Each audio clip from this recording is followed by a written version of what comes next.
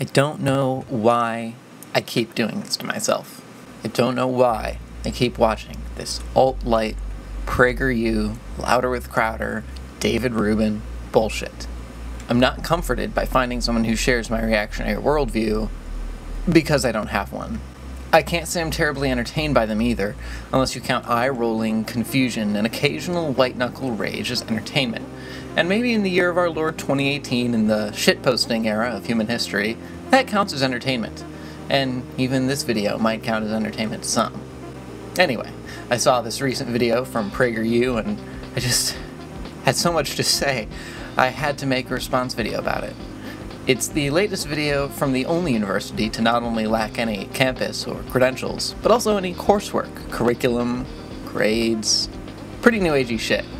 It's called A Nation of Immigrants, and it's exactly what you'd expect from PragerU. Jingoistic, nationalist, diet racist bullshit, peddled about the ever-ripe, juicy, hot topic of American immigration. So, as a socialist and anti-nationalist who believes in the abolition of borders, it's right up my alley. Even putting my own beliefs aside, mass immigration is a complex issue. But, as always, you can trust the geniuses at PragerU to oversimplify the shit out of it in 5 minutes. Let's begin. Give me your tired, your poor, your huddled masses yearning to breathe free. These poetic lines, engraved on a bronze plaque beneath the Statue of Liberty, speak to who we are, a nation of immigrants. Until now. As Senate Democrat Chuck Schumer lamented, tears are running down the cheeks of the Statue of Liberty. We've turned our backs on those huddled masses, closed our borders, separated families, hardened our hearts. Or so you would think if you only read the headlines or watch TV news. Just one problem. It's not true. Disregard that, Frank. It's a bunch of liberal bullshit. So, the intro is a pretty easy takedown of the admittedly flimsy arguments that American shitlibs, Democrats, make in favor of immigration. Considering the original immigrants that liberals like to talk about forcibly stole the land from the people who lived here, I really don't think that's a comparison you'd want to invite. And yeah, evoking imagery of the Statue of Liberty actually crying is one of the cheesiest lines I think I've ever heard, and it's got some hefty competition. But that's not really the point of this video. Also, all her following points about America's generous immigration policy doesn't really prove her claim that it's, quote, not true. Our immigration policy does separate families, and the two are not mutually exclusive, but that's an entirely separate discussion for another video. By the way, guys, bonus points for casting the Filipino-American woman to talk about immigration. Adds that extra bit of legitimacy to the racist shit I'm sure you're about to spew. It's a subtle move, but I'm a pro like you guys, so I noticed. Very sly.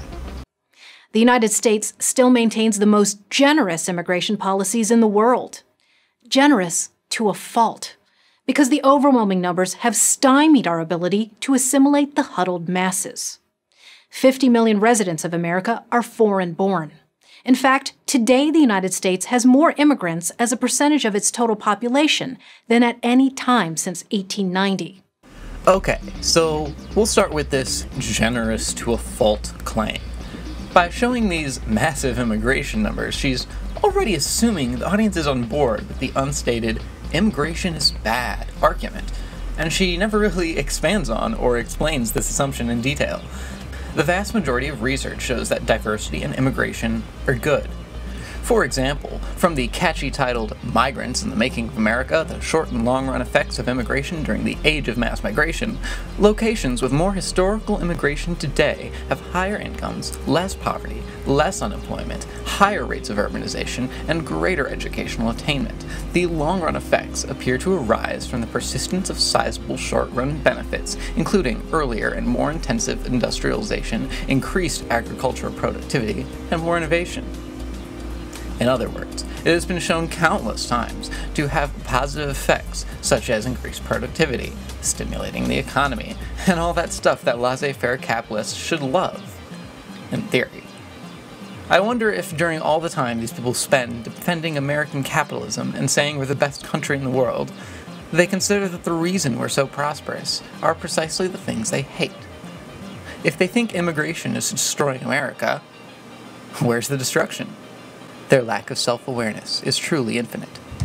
That's why, to give one illustration, 176 different languages are spoken among students in the New York City school system. How did we get here? Okay. So, speaking of self-awareness, this has to be my favorite part of the video. I can't even fathom what they were trying to argue here. I mean, if I'm understanding what they're saying correctly, in just one school system, a whole shitload of kids were bi or even polylingual. Because, presumably, if they're in the American school system, and if they signed up and attend classes, I must assume the majority, if not entirety of the students also speak English, right? Like, I mean, obviously some are there as like a second language, and I did the research. I found the article that this number came from, and it notes that out of the over 1 million students in the New York school system, 160,000 speak English as a second language. And then it goes on to describe a frankly pretty cool-sounding dual-language program that allows them to simultaneously learn in both languages. Since Prager didn't cite this, or any other source, I'll leave a link to that down below, along with my other sources for this video. So, if they speak almost 200 languages collectively, that's amazing? Like, why is this bad? I think this is supposed to be a scary warning story about immigration or something, but like, I'm honestly just impressed. I really need somebody to explain to me the thought process that this is bad, the assumption that they make that this is bad. For starters, America grants permanent residence to 1 million people every single year. And that's just the tip of the iceberg because of something you've probably heard referred to as chain migration. Chain migration allows immigrants to sponsor not only their immediate family, parents, spouses, and children under age 21, but much of their extended family once they gain citizenship, unmarried adult children and any children they might have, married adult children and their children, and brothers and sisters and their children. Princeton University researchers, using the most recently available data, found that immigrants sponsored an average of 3.45 additional relatives each. So the 1 million immigrants granted permanent residence each year potentially adds, over time, another 3.5 million.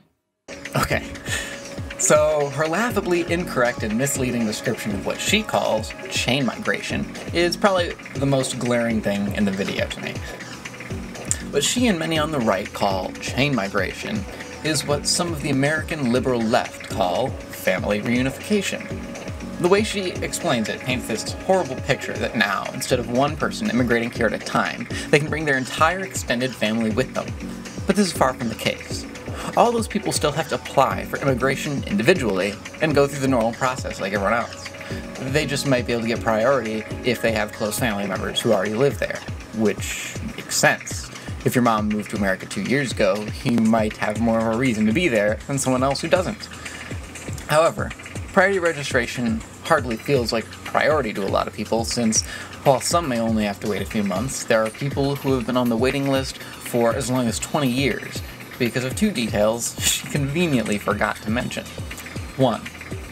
How much priority you get is dependent on how close of a relative you are. The way she says your siblings and their children and all that makes it sound like the whole gang is coming along all at once, but that's just not the case. There are actually 4 tiers of family-based immigration, prioritizing unmarried children over siblings and so on. Just because you have a brother in the States doesn't necessarily make it a breeze to get over here. 2.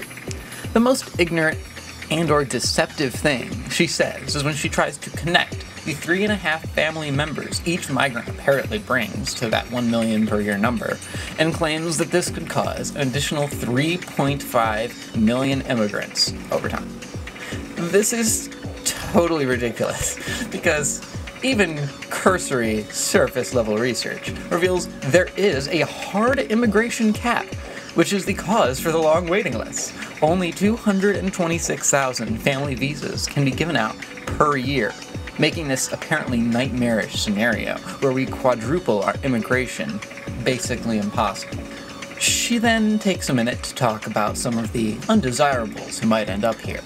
Refugees from war-torn countries, the diversity lottery, which picks people at random from underrepresented countries, But there's ultimately some basic issues with her argument about wanting qualified immigrants instead of people from these shithole countries. One, it's racist. I mean, there isn't much more to say here. There's an implication that these people are predisposed to harm our country because of where they're from or something. However, this is too easy. This has been debunked so many times. It's just plain racist. So, two, again, immigration is good. Having more people from many different places has been proven over and over to be beneficial to our economy and society as a whole. Low-skill immigrants may not have been proven to help the economy to the same extent as high-skill ones, like doctors, but that doesn't mean they're hurting anything either. Bringing more diversity is always going to be good. There's a direct correlation. Now, this video has a few more minutes left, but I don't want my own video to get too much longer than I'm sure it probably already is. Also, I'm getting bored. She mainly talks about how shitty it is that we give social services like school and healthcare to children who are born here, as if the alternative of letting kids starve on American soil would really be a good idea, or that we shouldn't be providing these things to everybody, including people who live in our own country and we don't. How we need a better border fence, despite how easy it is to get around things like that with a shovel or ladder, and so on. I also want to note something this video does that is very common in conservative immigration rhetoric that's very dangerous: making legal and illegal immigrants equivalent. By making them the same issue, you can try to turn Democrats and centrists who believe in sensible immigration policy against the idea of immigration altogether with the boogeyman of the job-stealing, rapist, illegal alien strawman. Notice how she seamlessly moves from talking about restricting legal immigration to a border wall, and back.